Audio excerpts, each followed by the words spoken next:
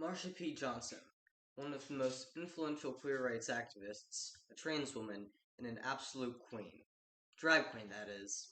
Originally named Malcolm Michaels Jr., born to Malcolm Michaels Sr. and Alberta Claiborne on August 24, 1945, Johnson was raised as a Christian, and continued to stay Christian supposedly for the rest of her life. In early life, she attended Mount Timon African Methodist Episcopal Church and was the fifth of 7 children. She enjoyed wearing women's clothes and dresses, starting at the age of 5. Even though these clothes reflected how she felt gender-wise and how she felt inside, she actually got bullied and harassed by that and got sexually assaulted by a 13-year-old, so she stopped wearing clothes like that. However, right after she graduated Thomas A. Edison High, she moved to New York with only $15, a bag of clothes, and essentially she would only just buy clothes that she found from the thrift shop.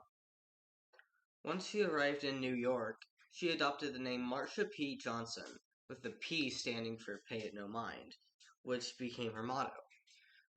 Marsha described herself as a drag queen, gay person, and a transvestite, going by she/her pronouns. The word transgender had not officially been adopted yet. In the early 60s, Miss Johnson had a hard time finding stable employment or housing, so she would bounce around from home to home, crashing at friends' houses, hotels, and even restaurants. Because of her lack of employment, she turned to sex work, and was frequently abused by clients, unfortunately, as well as being arrested several times. When she was 17 years old, she met an 11-year-old trans girl. Her name was Sylvia Rivera, and she was Puerto Rican. They became best friends despite the age difference, relating to their similar abuses and trauma, and Marsha protected her, essentially acting as a mother figure at the time. On June 28, 1969, Miss Johnson found herself engaging with the resistance at the Stonewall Inn. There was much debate as to what actually happened, but Miss Johnson said that she arrived there at 2 a.m. when there had already been a riot.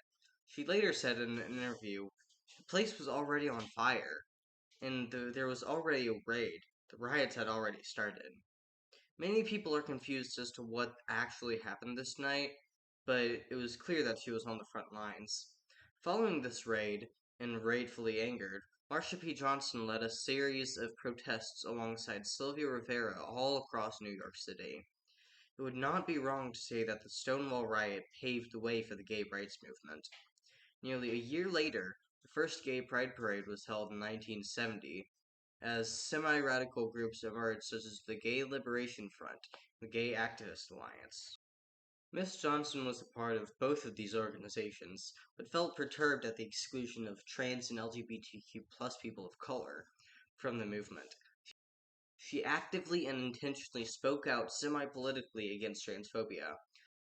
Because of this, Miss Johnson and Miss Rivera founded an organization called the Street Transvestite Action Revolutionaries, otherwise known as STAR. Essentially, this organization's main objective is to take in, shelter, and care for young transgender people who have been shunned and kicked out by their family.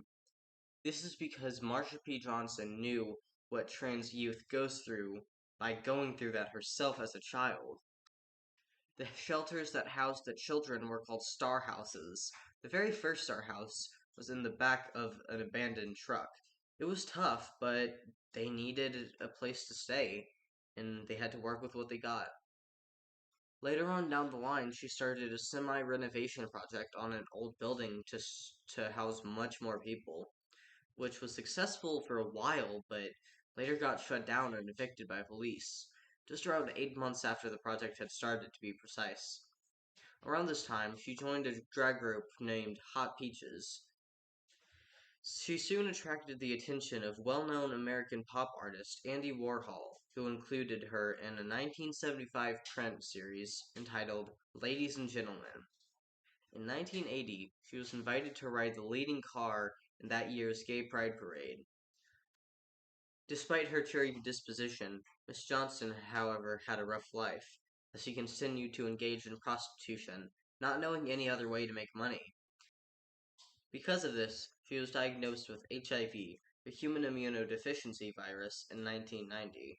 and started to speak out as well as how you should not be afraid about people who do have it. Miss Johnson's body, unfortunately, was discovered floating in the Hudson River on July 6, 1992.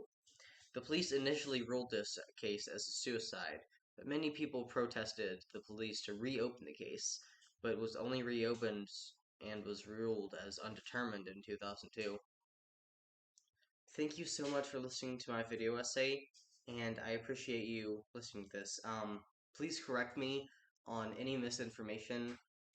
If any of my information is wrong, I'd like you to let me know in the comments, but thank you, I guess. Bye.